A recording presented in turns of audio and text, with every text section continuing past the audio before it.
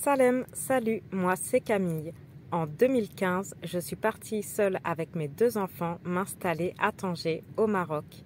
Et en 2021, j'ai fait l'acquisition d'un camping-car pour vivre à l'année dedans. Alors si tu souhaites embarquer avec nous dans l'aventure, abonne-toi.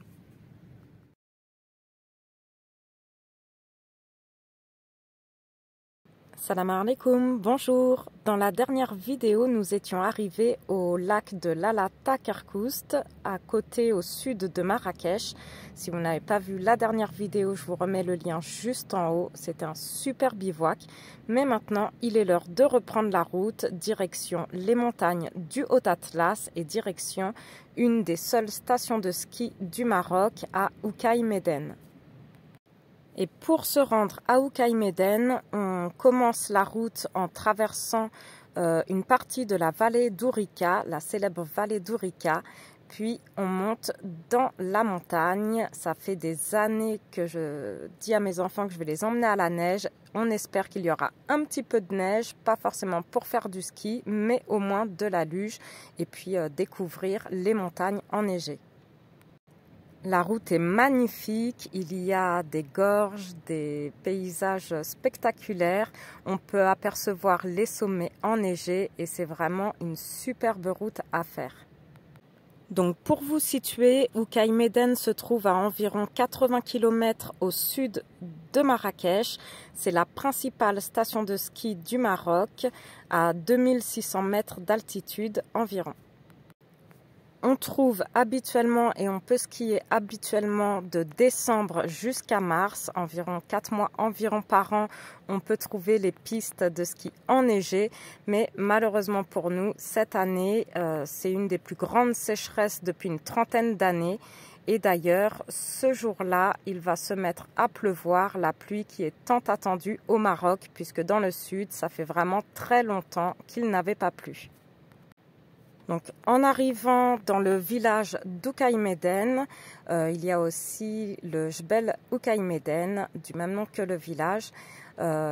Malheureusement pour nous, il y a très peu de neige, donc c'est fichu pour skier, pour faire de la luge, mais en tout cas, ça reste un magnifique village. On s'installe sur le parking au pied des pistes.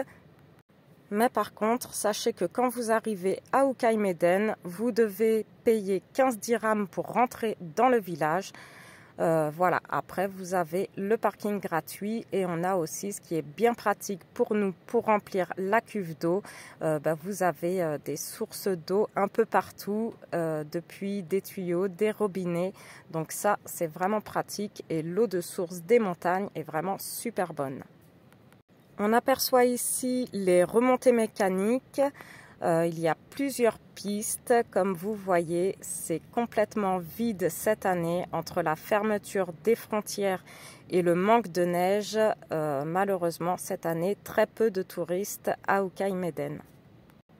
Mais même sans neige, ça reste magnifique à voir. Ici, on a un superbe point de vue sur les plus hauts toits du Maroc, sur les plus hauts toits, les plus hauts sommets du Haut-Atlas. On peut apercevoir ici le Jbel Toubkal, le plus haut sommet du Maroc, à 4160 mètres d'altitude. Nous, on est ici à environ 2600 mètres d'altitude. Donc il y a quand même de chouettes balades à faire dans le village et sans oublier le passage à ce superbe point de vue.